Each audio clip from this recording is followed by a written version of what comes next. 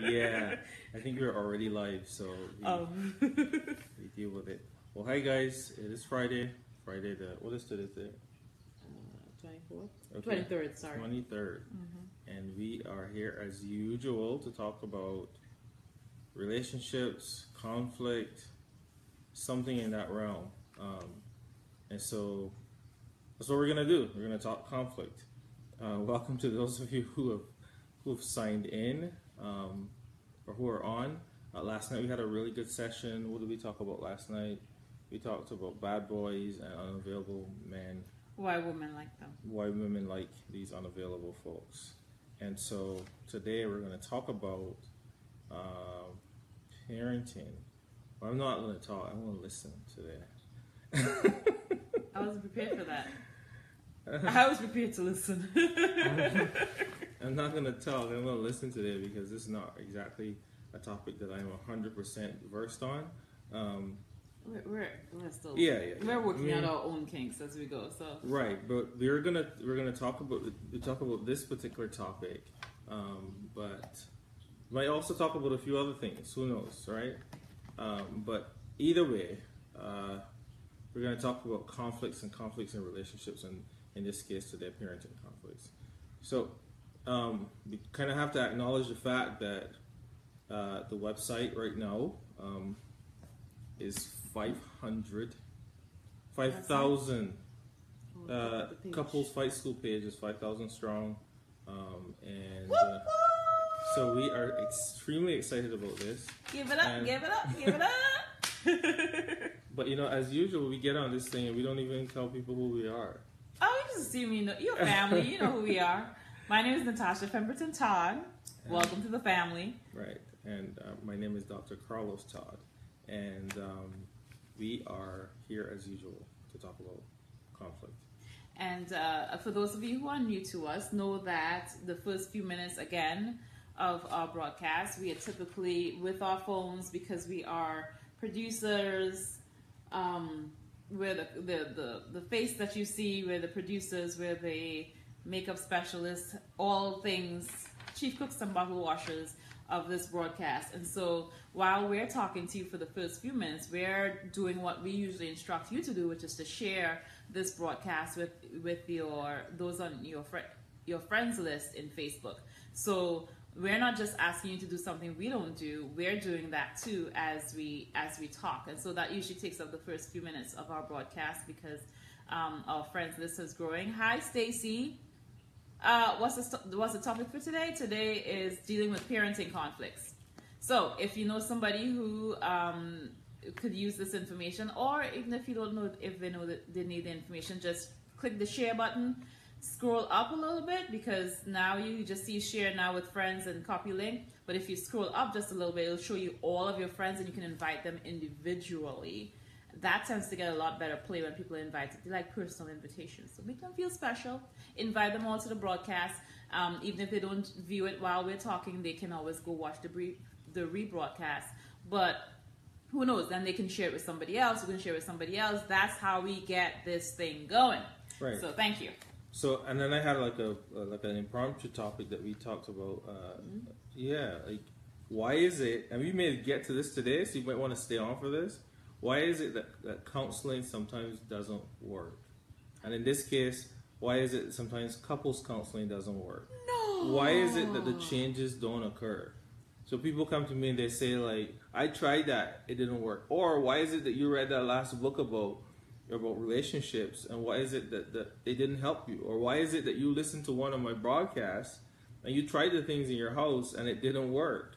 So we're gonna put some. Hey, thanks Stacey. Thanks Stacey for sharing. Woohoo! Got bonus points for class today. Why is it that counseling does not work? But we're gonna do that after we talk about parenting conflicts. So I kind of laid out a few things. Why is it that we should have this conversation? I mean, the issue is that something that comes up. I don't know how often it comes up for you when you work with people. A lot. Okay. That you have one idea of how to raise your child. Your significant other has another idea about how to raise a child, and it's kind of like who's right? Who who has the best way of operating, and then the child is looking up like, can the two of you not just figure this thing out? Played it. What? Right? No child is saying that. Let me exploit the situation is what they're saying. And then, for me, what usually happens is the child is brought in for, hey, Wanda, hey, Abdel. The child is brought in for behavior issues or, whatever. And the issue in the child, the parents need to get it together more often than not. So the parents is almost never come in because I have parenting issues or we have a parenting issue. It's the child that needs to be fixed. But then shortly, once you've observed the dynamics a couple of times, you're like, the child is fine. Right.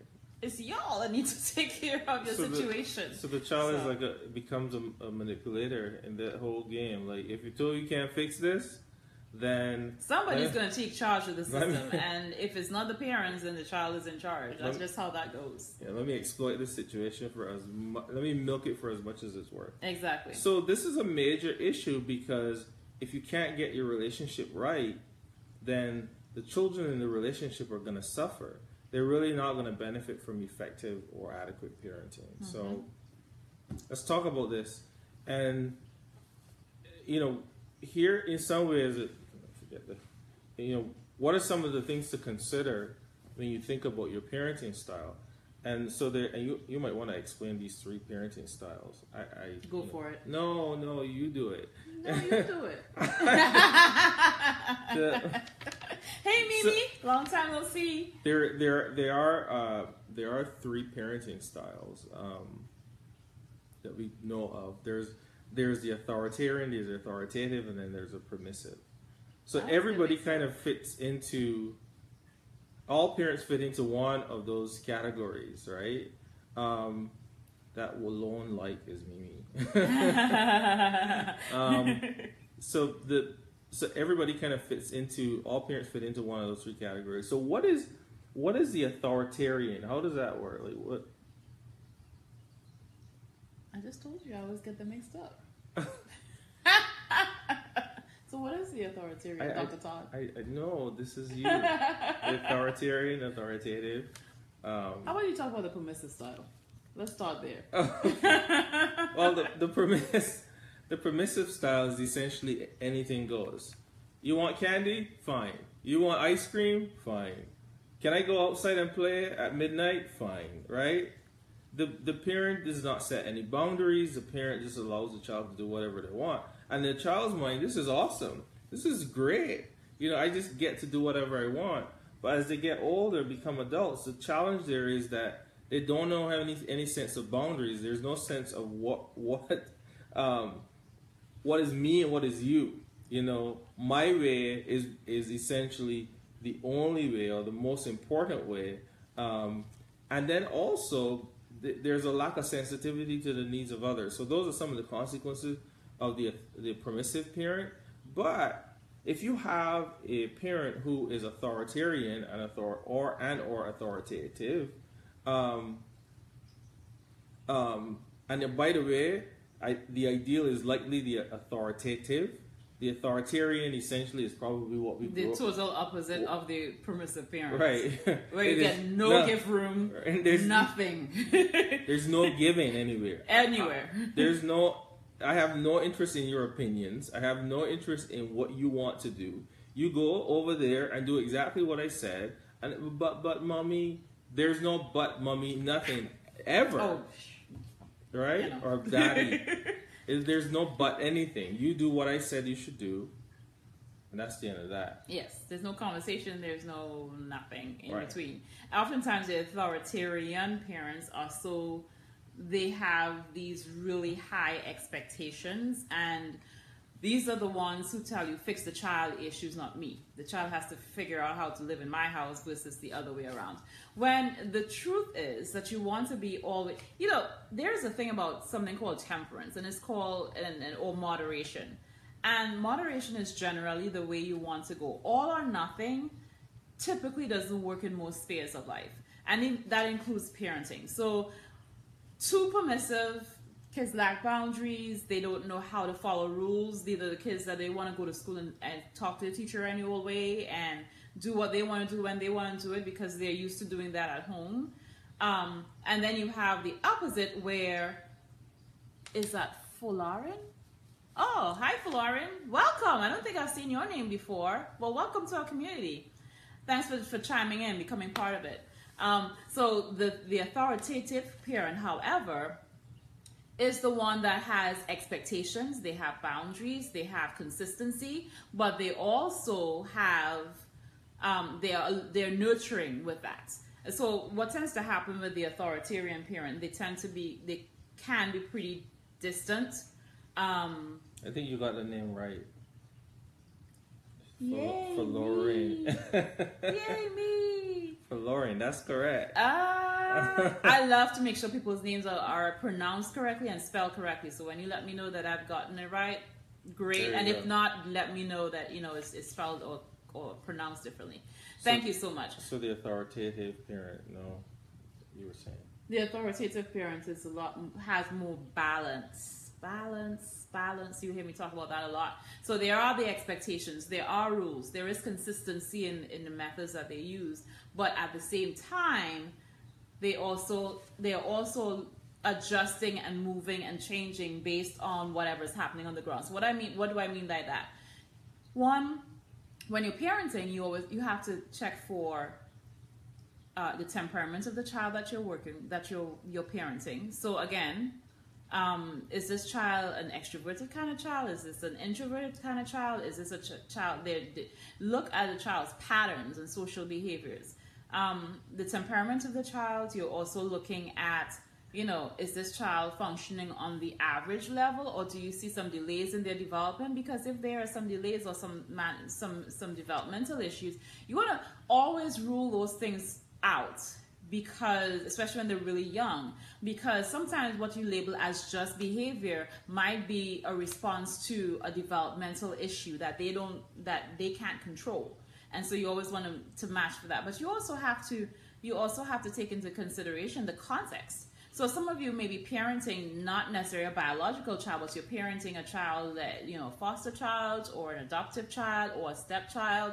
You have to take all of those situations into consideration when you are parenting. You can't do the same thing with every child, the exact thing, because every child is different. So I tell people, read all the books you want, but then you have to tailor the interventions to the child that you have.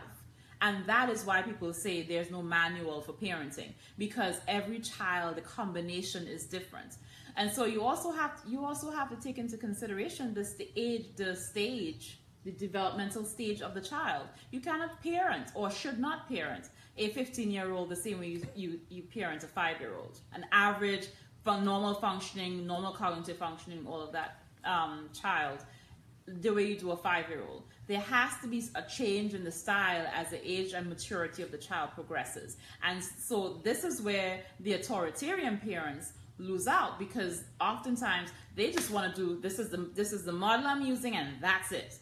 And it goes on for however long, but they don't want to adjust or consider adjusting anything in their style, because it's the child that has to make the change. If there are some cultures, if you take this multiculturally, we talked about culture, I think, last week. There are some cultures where there are certain professions that are preferred. And there are some family cultures where there are only certain professions that are accepted. So if more likely than not, if you have a child who is, science, doctor, lawyer kind of deal, everybody accepts that. Yay, right? But somebody says, I want to be an artist. They're in the headlights, look.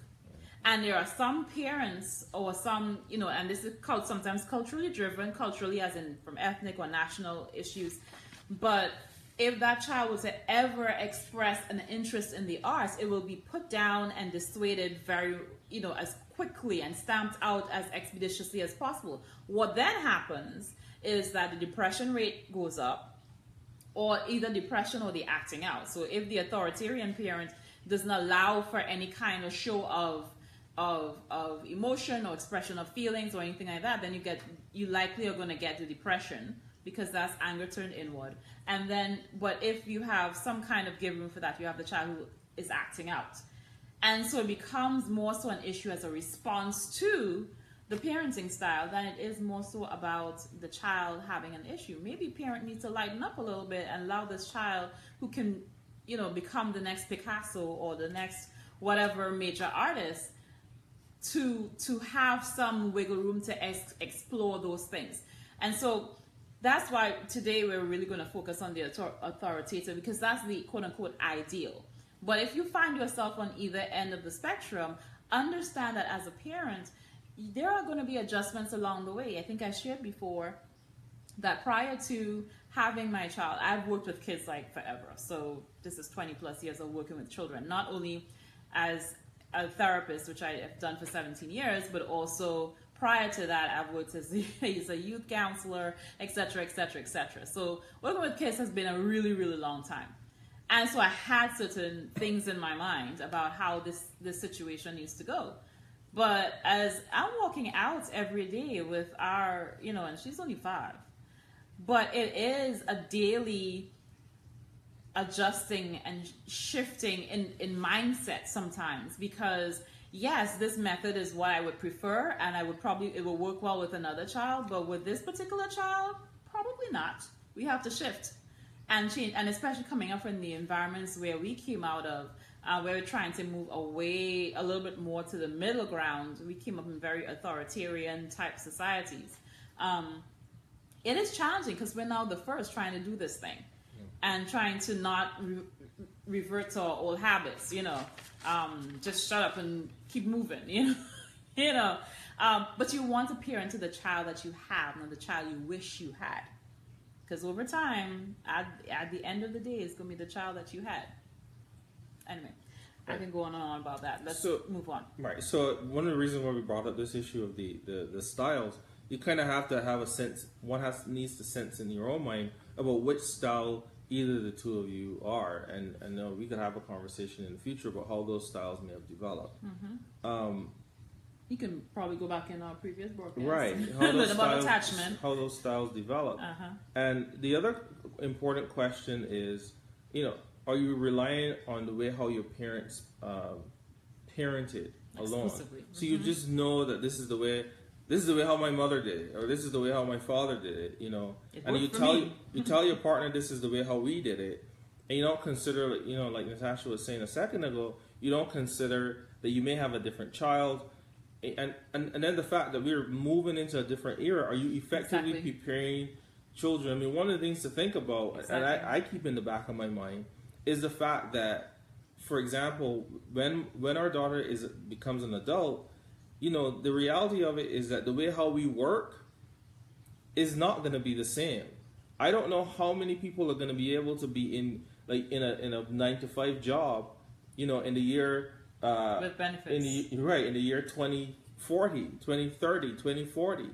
It's going to be an entirely different world.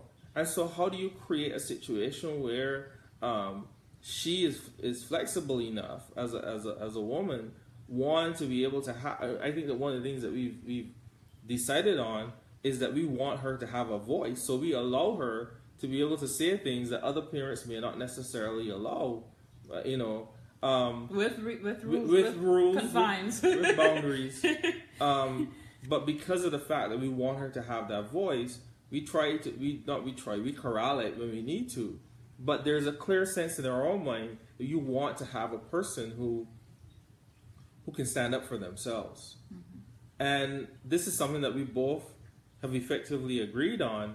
But I'll tell you this, kind of getting down to the some of the meat of this conversation, is that this idea that there has to be respect between the two people in the relationship. Otherwise, you're going to struggle when one person is doing one thing one way and the other person is doing the other thing the other way. The issue is not really the styles per se. The issue is the ability to respect the other person's, your partner, whether it's your spouse or the person that you live with.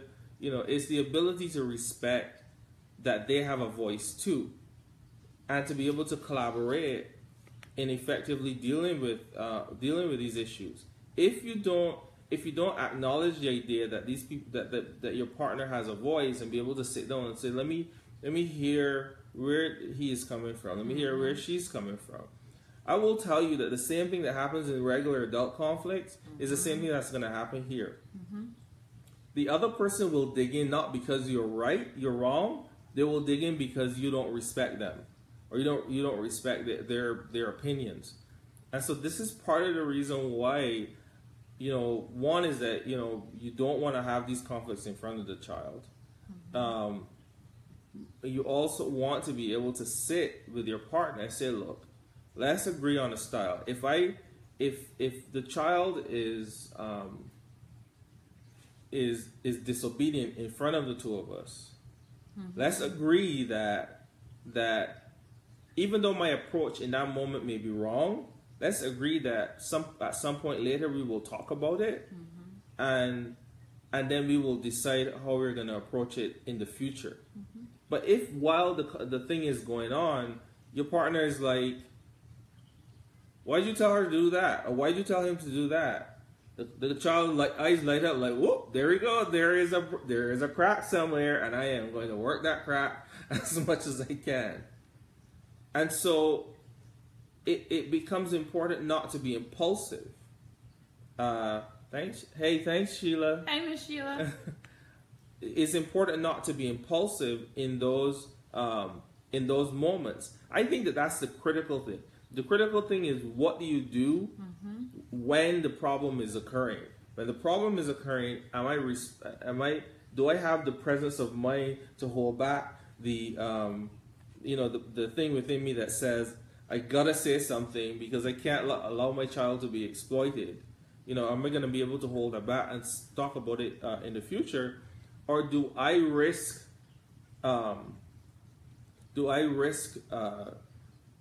being disrespectful to my partner in front of my child, and understanding the consequences that's going to create, for the relationship, not only between myself and my partner, but with the child.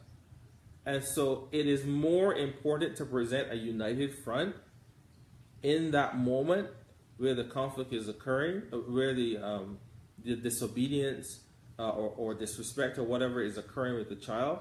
It is more important to present a united front in the moment and to discuss things later. I think that's the kind of the key point. But that is only achieved if couples have learned to respect the other person's right to their own voice and and even the right to make mistakes. Your partner should have that right to be able to make parenting mistakes and for the two of you to discuss it afterwards. You don't want you may see your partner make a mistake. You don't want in front of the child to say, well, I wouldn't do it that way. Because once again, the child will see that crack and they will work that crack. I think it's important to, and that's hard to do. Take it from me. It is hard to do. Is it really hard to do? It is hard sometimes. Is it really, really hard? I think because everybody has to examine their own non-negotiables, and there are some things that hit you at the core. Sometimes you don't even realize it until in the moment, just how deeply it hits you, and you're more sensitive about that than some other nebulous thing, or what you consider to be nebulous. And so it sometimes can be really hard. And I do think that there is a place for boundary set. Now, before I continue, we have a number of new people who sign on, people who don't usually follow our broadcast.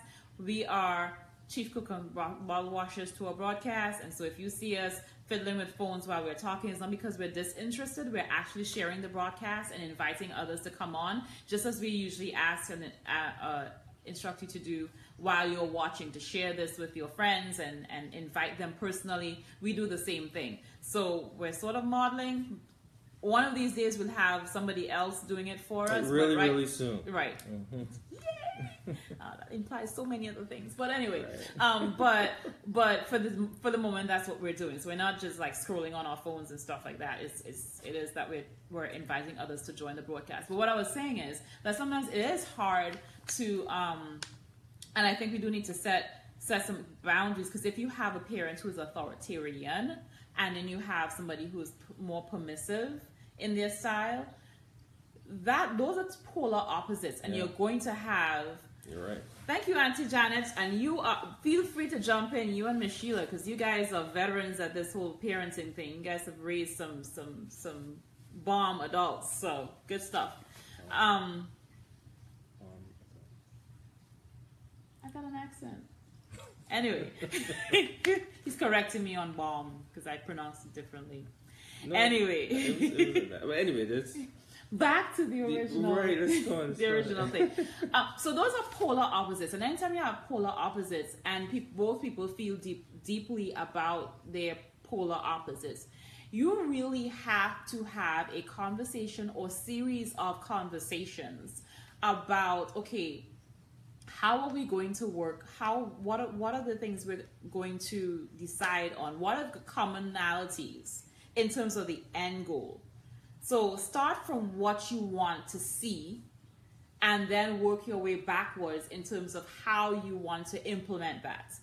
So again, oftentimes some of these conversations. You gotta slow down. So you're saying, so you have this person who's permissive, and they have this person who's authoritarian. So one person is like, do whatever they want, and the other person is like, they can't do anything. And you're saying that the two people kind of have to sit down and determine whatever their common goal is. Because like, what is the goal? Because they may both have the same goal, they may just have different ways of approaching it. Okay. So two people who want to, to have. So I think sometimes when it seems like you don't have anything in common parenting wise or any other, when you talk about what the end goal is going to be, you actually create a ground for commonality, because we're both striving for the same thing. So then from there you talk about what specifically, how will this look? How will this look? How will this feel? What would this look like when we are actually parenting? And then you negotiate the give and take. Well, if we want these are the kinds of behaviors or the kinds of things that we're going to need in order for us to see this result. And then you go back and forth on being able to negotiate, okay, here's how we're going to effect this. And you can arrive, if both people are not so stubborn or dug into their own opinions, and if they value each other, and go back in our previous broadcast, we talk about the importance of each person feeling valued in the relationship, then you can oftentimes, at least at a starting point, you may not agree on everything, but you at least have a starting point for the larger picture. Right. And I think there are two things that you said that I think are significant. One is that there of all the significant things that you said, there are two that I remembered. See? That's what happens after 17 years now.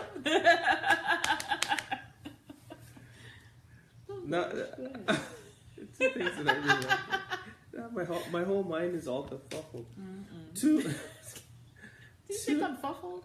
Okay, let's stay on track. Go ahead. Kerfuffled, meaning in Barbadian dialect. Anyway, we say that home too. That's right. why I said you. Right, the kerfuffle. Anyway, it confuses me. So there are two things here. One is that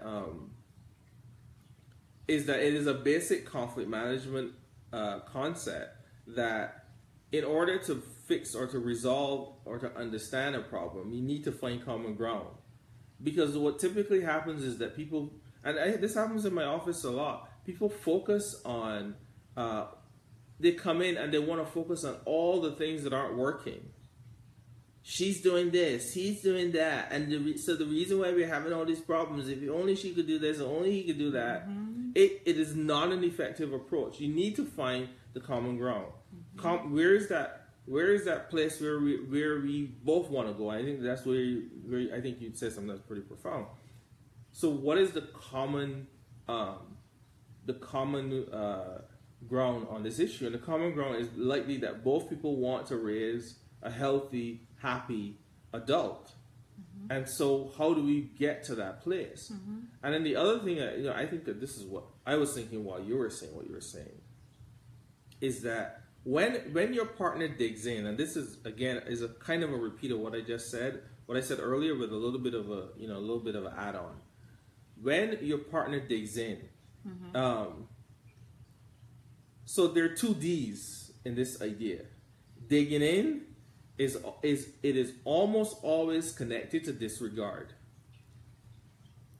So your partner is, and it may not, whether you are the agent of disregarding, or there somebody else the was victim of disregard, or somebody else was the agent of disregarding. Somebody disregarded your partner, or they were disregarded in the past, and you just layered on top more disregard. So anytime that there's digging in, i.e., you can't tell me how to raise this child. You don't know anything about raising children. I'm the person who read the books. I'm the person who went to classes or whatever. Or this is the way how my mother did it. You can't tell me what to do. That is digging in, and the digging in is not the digging in. It is held in place because the person feels disregarded, whether by you or somebody else in the past. And that's the thing that has to be addressed. And part of how you address that, we can't go into the entire process, but the part of how you address that is by asking simple questions like, help me understand how this works for you. I'm trying to understand, I'm trying to get it. Do you see this working this way because, what's the goal? Where do you kind of see this taking the child? And so you're looking to understand the other person's perspective, because that's how growth occurs. Growth occurs because both people feel like, even though we may not necessarily agree, at least he is interested in me, or he's interested in what I have to say, or she's interested in me, or she's interested in what I have to say.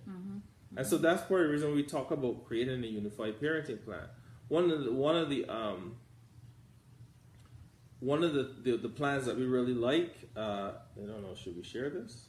We share the plan. We don't have like a link or anything. the particular system that we like. Yeah. So the particular system that we like, at least in our house, right? There's a system called 1-2-3 Magic. If you Google 1-2-3 Magic, this thing is 25 years old. It's a really good system. Buy the DVD. Buy the DVD. That's the best one. I mean, again, we're not going to go much into that, but we're not getting kickbacks for it. We just like the system, but there are others that work for some people. Right, but 1-2-3 Magic is extremely popular, and nothing lasts for 25 years unless there's some value to it. I don't think that you can. It is really literally 1-2-3 Magic if you follow it correctly. So I don't know. You can bamboozle people for 25 years. But there are a lot of other systems that have been out there for a really long time. Again, you can have systems, but you have to tailor it to the child that you have, or the children that you have, and you have to tailor it to the culture of your household. Something you were talking about while you were something I was thinking about while you were talking is you also have the value of knowing your own story and that of your partner is critical when it comes to parenting. Because if you do not understand how that story and your story impact your parenting beliefs and styles, you can easily, without even thinking about it, perpetuate things that happen in your past that you swore you would never ever think about or do with your kids. And they may not be healthy patterns. And if you know based on your story, based on your past, that these are things that you don't want to pass on, or you at least want to examine other options, then you have to be aware of that and start walking in that direction. Walking in the direction meaning you get with a counselor to help walk you through, go to some parenting classes. Ain't no shame in your game because you're trying to do something different. And I said that in that way because sometimes, we all want healthy, happy adults, all that kind of stuff. But we don't really recognize what it takes. And some of the things that will pass on to us are not always healthy. Yeah. Even though they seem to work in the moment, the long-term benefits is just the long-term effects are not necessarily healthy. And so we have to be aware of our own story to really examine, ask ourselves, do we really have a thorough understanding of what a healthy parenting style looks like? And if we don't, that's okay. Let's now get into a situation where we can at least examine more options, have more. What I like to tell people is you have more tools in your toolbox. Every tool in your toolbox is not for every project. Right. It's kind of like this idea that, you know, a person will say, and I hear this a lot in even in the Caribbean context, is that, you know, I got a beating and it didn't do me anything. So you think, right? Well, and then in my mind, I'm thinking like, how do you really evaluate what is your standard of measurement? How do you evaluate what it did or didn't do? And I'm not saying that. I mean, it's not something that we subscribe to, unless it's some extreme situation, very extreme situation. But I think one of the things that has worked for us is having multiple options in terms of things that you can use in that moment. Right. But I think you grow up in a context where people assume that the only effective, viable, useful approach is corporal punishment. At the very least, that is somewhat limiting. And so it means you only have one tool in your toolbox. Yeah, come here and get a beating. And what else is there? Must be more, right? Because every time, as an adult, every time that you make a mistake, you don't receive physical punishment.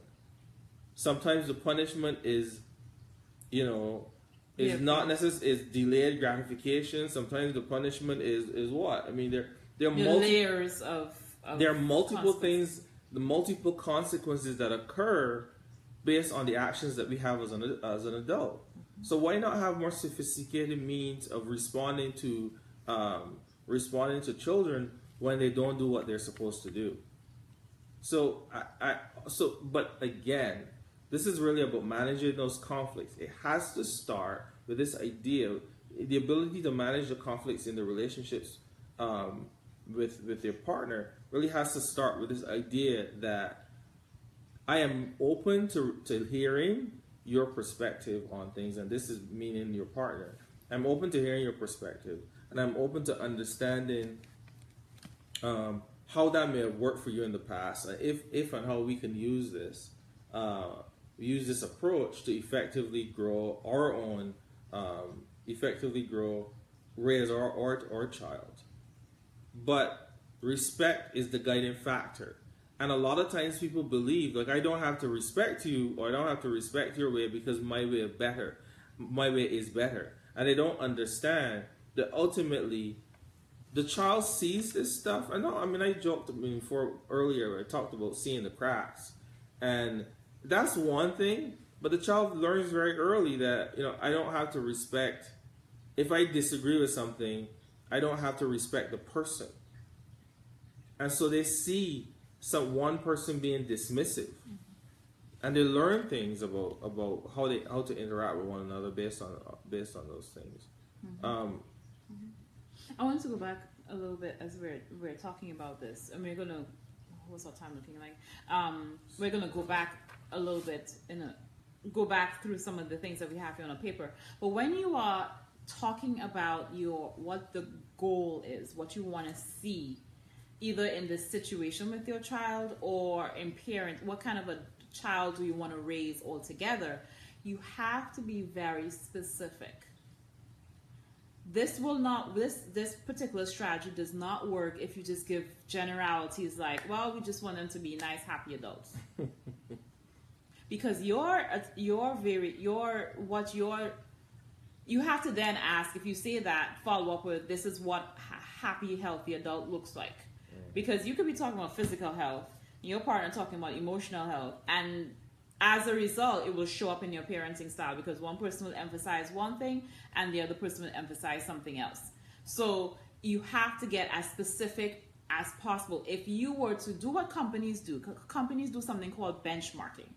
And with benchmarking, they look at other companies who are probably doing something similar or something close to what they want to do or where they're going, and see how they do it and what are the best practices around those things, and then they build out their plan accordingly. Now, of course, on a company level, what that means is that they're also spying out where are the holes in the processes of the marketplace right now, and then they build in their own approaches, their own unique things from there.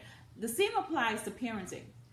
What does this look like? And again, if you have only one view or one set of examples of how to parent, you need to expand your reach.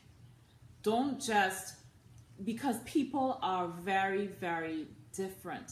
Kids are different. We are born with different personalities. Genetics is one thing. You can have a child that does not look like anybody who's alive because they have genetics reaching all the way back from 10 generations ago. And you're like, we don't do that. We don't like that. We don't operate that way. But 10 generations you did, and you don't even know that because you lost part of your history. So instead of just assuming that this is the way we do it and that's it, how about you broaden your horizon and look at different stuff? Have different tools in your toolbox so that you can parent to the child that you have.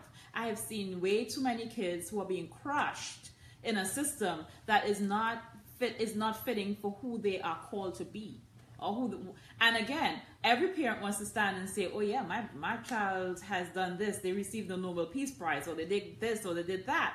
But that does not come about when that, let me not say it doesn't come about, but it's less likely to happen if, as a parent, you didn't recognize the seed the seed formats of that. And seed format meaning the child that became the Nobel Peace Prize, whatever, guaranteed. If you read the book Outliers, he lays out, the author lays out a whole argument for how nothing happens by chance and how there's no overnight success. Because if you look back, and again, this is the importance of knowing somebody's story, the brickwork for, or the groundwork for that one accomplishment that we see was laid a long time ago by a series of circumstances, a series of experiences, a series of a whole bunch of things. And as parents, we are put in place as gatekeepers to make sure that our kids have that groundwork and that foundation so that they can be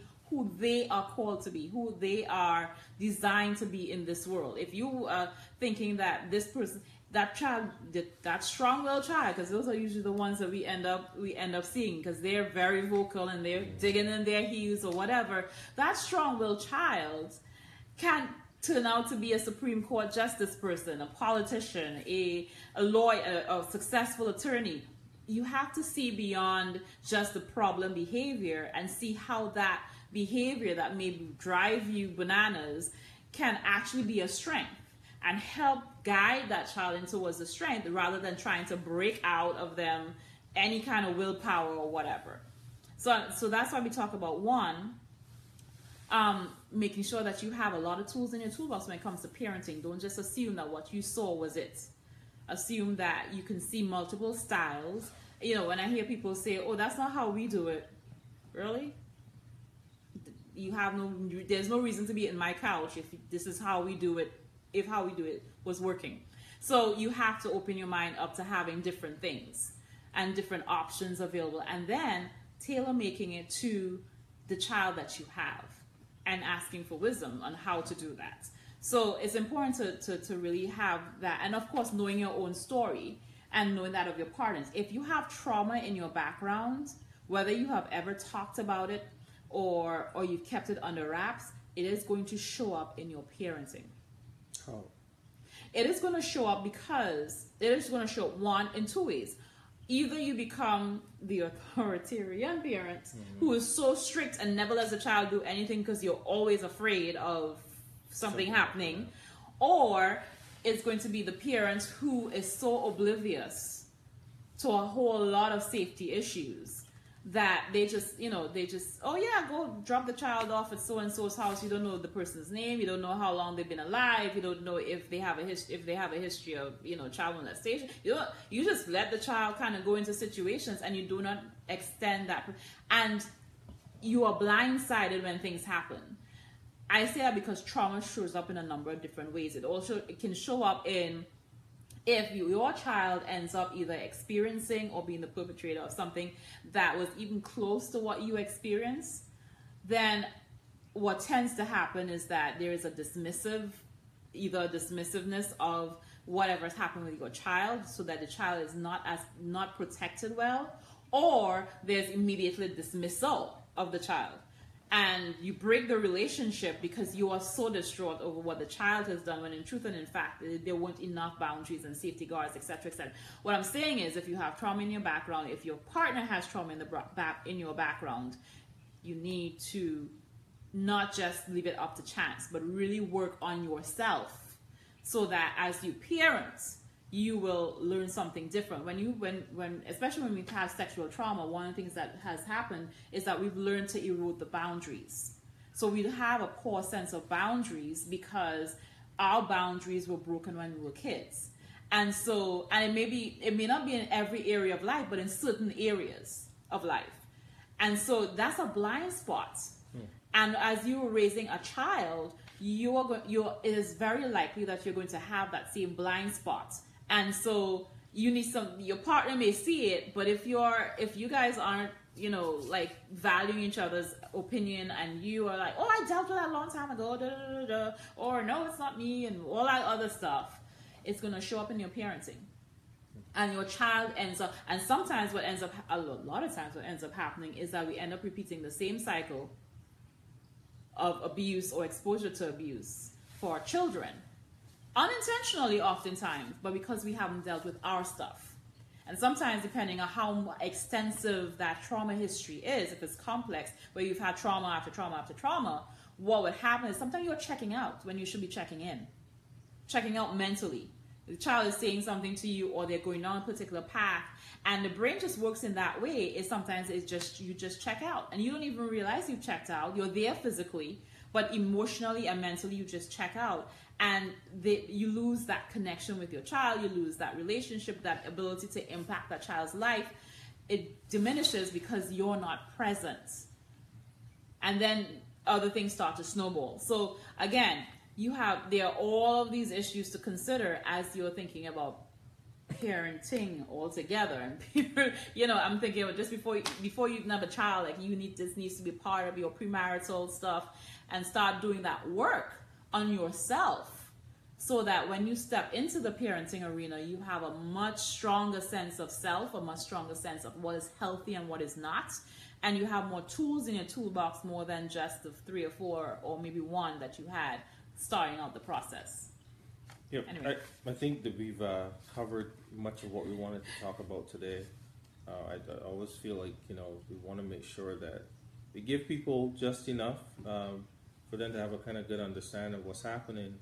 We didn't talk about this one. You need to kind of like talk about it. Well, the last one, hey Shannon. Hey Shannon. Shannon was on last night, wasn't she? I don't remember seeing Shannon last night. Okay. But it's good to see you. Hey Shannon. And Stephanie Schatz. I think the other thing to consider, the last thing that I'm going to talk about regarding this, is the issue of ultimately your relationships have to be above rules, because children really need that emotional connection, and this is something that I am learning. I continue to learn. If you come in the house in the evening and the first thing that you're concerned with is, did you do this? Did you do this? Did you take care of this? As opposed to, how was your day? Come give me a hug. Let's, that is rules over relationship. And so people sense that, and they dread the fact that you're going to be coming home at 5 o'clock. And so it becomes really important, for as much as you want things done in the household, as a parent, you want to make sure that you spend time, whether it's at bedtime or sometime during the day, or sometime you spend time with the child, so that child knows that you care about them, that you value them, and that to just watch your interactions with your child and ask yourself the question: Is to what extent every interaction with your child is about getting something done or something that wasn't done. If you answer the question that is 90% of the things that are about these transactions, then you have a real problem, and that may be half the reason why the child is not listening to you, or there are those level of conflicts. Because if you feel distance from the child, or you feel the distance from the child, and you may not, as a matter of fact, it may be a symptom of the fact that the entire household is really rules over relationship. And I'm not saying that there shouldn't be rules. Of course you need to have rules. We would not say that. Of course you need to have boundaries. But the rules work because the relationship works. People feel more willing to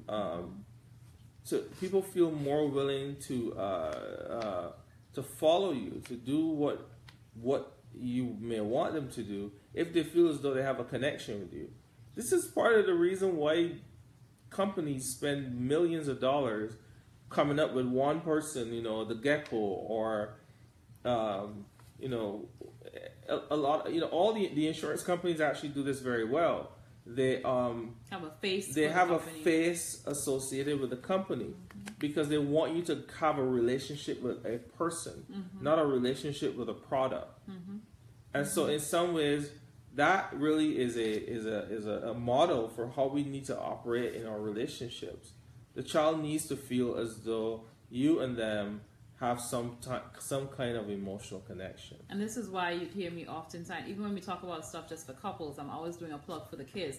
It's important to spend some time, if you have younger kids who are still in play mode, playing with them, and playing with, not around, or telling them what to do. Allow them to lead the play and you just follow. They tell you what, if you need to dress up like a mascot and, jump like a chicken or whatever.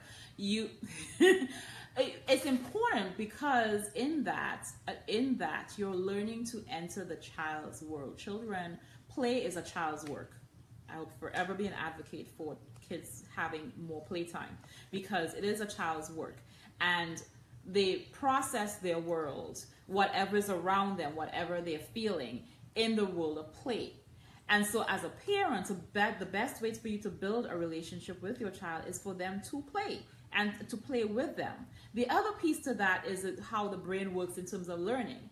It has the optimal learning capacity when it is in a relaxed state. And what more relaxed state are we in than when we play? So if you want to teach a new skill to your child, chances are it's probably going to come across a lot better if you put it in a game format, or if you do it in something that's more fun than opposed to something just go that kind of, because what that other way does is provokes anxiety, which increases our stress hormones. When your stress hormones go up, your ability to use the front part of your brain, I'm keeping it simple, the front part of your brain that controls decision making and planning and executive functioning, that doesn't work as effectively. But the back part of your brain, which is flight or fight or freeze, is what goes into action. So you have just limited the learning environment when you are constantly shoving and pushing and did you do this and all of that kind of stuff. The child is like this all the time because it's constant. No, you have to learn how to back off and just be. We often say that we're two type A people, if you understand what type A's are, and there is no extra help needed for being diligent and goal driven in our house. What needs to take precedence in our house is how to just relax, how to still be able to do what you need to do, but how to just be, how to just relax and have some fun and enjoy the moments. And so that's what we teach our daughter, because she is inherently very much like us in whatever she does, and she doesn't need to push it. We don't need to push that. I mean, you still need to provide encouragement and all of that kind of thing, but you still have to provide balance, and that is why, again, we teach to the child we have, and not to the child that we wish we have. Right? I see Julie. Julie, you're a new face to me, so welcome first of all. And I see you have a comment. You say, I have adults that are like that, and just told a couple maybe you need to stop. Okay, she's referring to a comment that you made earlier. Not sure which one. Oh yeah, is that with the parents bringing the child in? I'm wondering if that's the context of your comment. And yeah. She's a fellow professional. Yay! Welcome to fellow professionals. But yeah, I mean, in the years of doing this, I have often had to, and you know, before I had a child, you know, I was pretty tentative about it. Now that I have a child, I have some street cred, you know, and I can say it more definitively. But I would often broach the topic of, and say it in that context of, you know, you need to have more tools in your toolbox. Is there a Q&A? You can jump in at any time, Florin. This is open season, so you can. So if you have questions, shoot them, because we are about to bring the broadcast to a close. And so if you have questions, hey, shoot the questions out. And so we can answer your questions. You know, one of the big issues with these broadcasts is that it's really about you. We want to be able to share what we know so we can kind of provide you with new information, hopefully. Mm-hmm. But if you have a question, hey, shoot the question. Let's hear it. So and oftentimes we value very much the community collaborative. So the wisdom in the room, it's not just us being the gurus, right, but also there are other people who, like, we have a fellow professional online right now. So there are other people who may be able to provide insight as well as us, and we let you just shoot your question out. Julie, I see your comment there. It says they were trying to push each other and getting negative. Exactly. We tend to do that, and we do that even with our kids. You know, you're pushing them, and wondering why they're not performing at optimal levels. Well, it doesn't work like that. You have to build a relationship. I remember having a situation where, you know, people were like, "Why is this child not listening?" and whatever. It's a, you know, step parenting situation. I'm like, well, do you have a relationship with the child? Like, and, you know, within 2 weeks, like, I mean, literally within 2 weeks, they did the work, put the time in with the child, and just got into their world.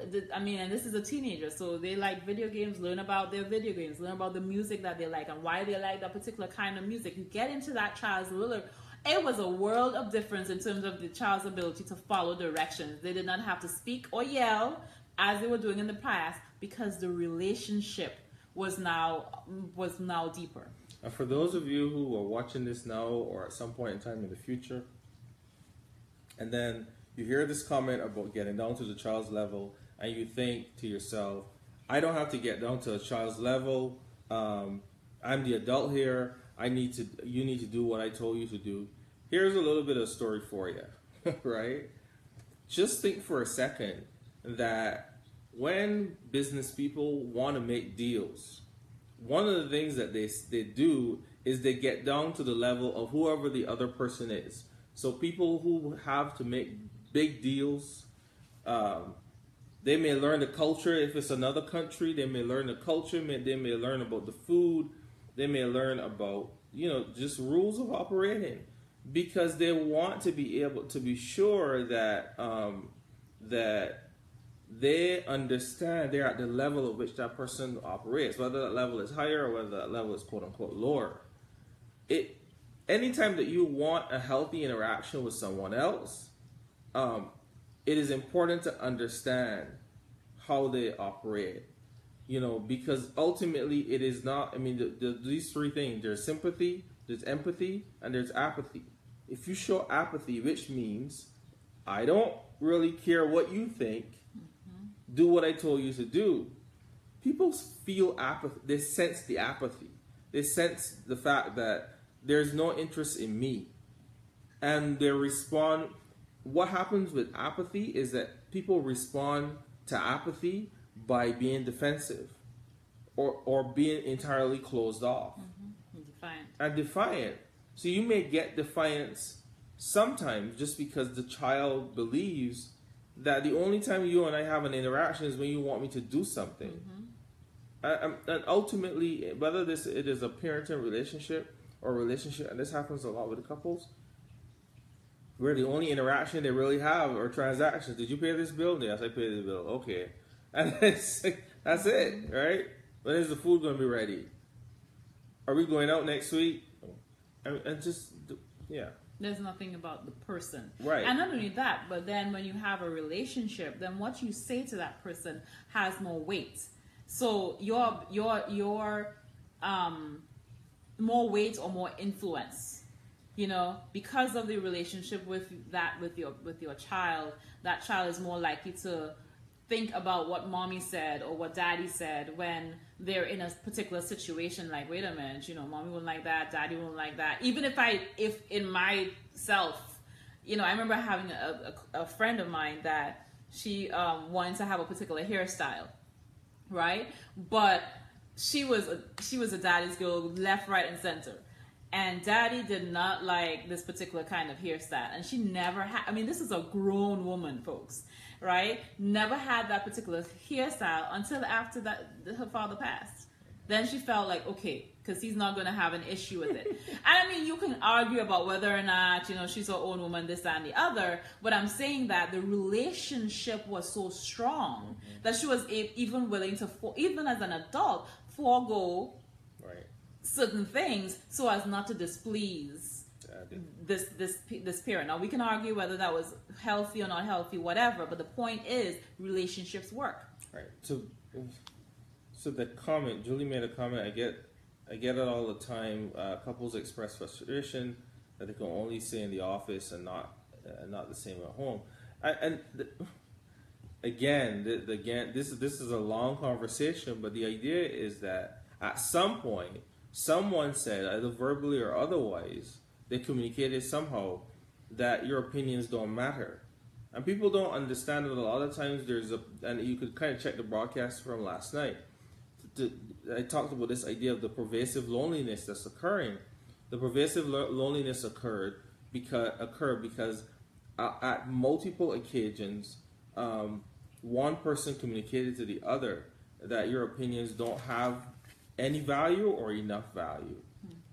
And that stuff seeps into the parenting relationship, and it ultimately seeps into the child's awareness.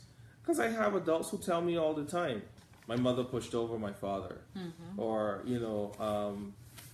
my father made all the decisions, he had all the say.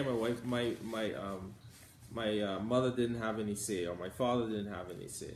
So they know what parts of the relationship, who is valued in the relationship, and that in itself is something that you really want to work hard to show the child, that we are equal partners in this whole experience. That sometimes daddy has a say, sometimes mommy has a say.